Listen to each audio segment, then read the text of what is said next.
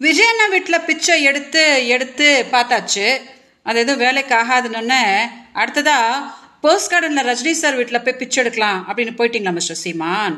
நாம் தமிழர் கட்சியின் தலைவர் சீமான் சூப்பர் ஸ்டார் ரஜினிகாந்தை சந்தித்தது தமிழகத்தில் பெரிய கவனத்தை ஈர்த்தது. தமிழக வெற்றி கழகத்தின் தலைவர் விஜயை எதிர்மறையாக விமர்சித்த நிலையில் சீமான் ரஜினியை சந்தித்திருக்கிறார். என்னத்தான் ரஜினி அரசியலே என்று வேண்டாம் என்று சொன்னாலும் அந்த அரசியல் அவரை விடுவதாக இல்லை என்றுதான் சொல்ல வேண்டும். ரஜினி சீமான் சந்திப்பை பற்றி எதுவுமே பேசாமல் கடந்து போய் கொண்டிருக்கிறார்கள் அரசியல் தலைவர்கள். ஆனால் சீமானை நடிகை விஜயலட்சுமி சும்மாய் விடுவதாக இல்லை. வீடியோ போட்டு தலைவனை வறுத்தெடுத்திருக்கிறார். மிஸ்டர் சீமான் விஜய் வீட்டில் இவ்வளவு நாள் பிச்சை எடுத்தது எதுவும் தேரவில்லை என்று இப்போது போயஸ் கார்டனில் ரஜினி வீட்டில் பிச்சை எடுக்கிறீர்களா என ரொம்பவும் மோசமாக வார்த்தைகளால் பேசியிருக்கிறார். அது மட்டும் இல்லாமல் கர்நாடகத்தை சேர்ந்த ரஜினி தமிழக அரசியலுக்கு வரவே கூடாது, அவரை சட்டியில் போட்டு மிளகாய்த்தூள் உப்பு போட்டு வறுத்து பார்க்க வேண்டும் என்று சொன்னவர் தானே நீங்கள் என பழைய கதையெல்லாம் கிளப்பி விட்டிருக்கிறார். உண்மையை சொல்ல போனால் ரஜினி அரசியலை பற்றி பெரிய அளவில் நெகட்டிவ் கமெண்ட்களை கொடுத்தது சீமான் தான்.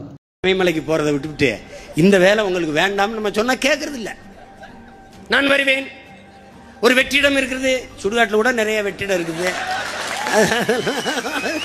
விஜயுடன் பிரச்சனை என்றால் ரஜினியிடம் போய்விடுகிறார்கள், என்னை சரி கட்ட வேண்டும் என்றால் திமுகவுடன் சேர்ந்து கொள்கிறீர்கள் என சீமானை கிழித்தெடுத்திருக்கிறார். ரஜினி சீமான் சந்திப்பு சாதாரணமாக நடந்தது என மக்கள் கடந்து போயிருக்கலாம். ஆனால் நேற்று இவர்கள் இருவரும் சந்தித்த சில மணி நேரத்தில் கட்சியின் முக்கிய பொறுப்பாளர் சாட்டை துரைமுருகன் புலி மற்றும் கழுகு இருப்பது போல் ஒரு புகைப்படத்தை பகிர்ந்ததுதான் எல்லோருக்கும் எரிச்சலை ஏற்படுத்தியிருக்கிறது.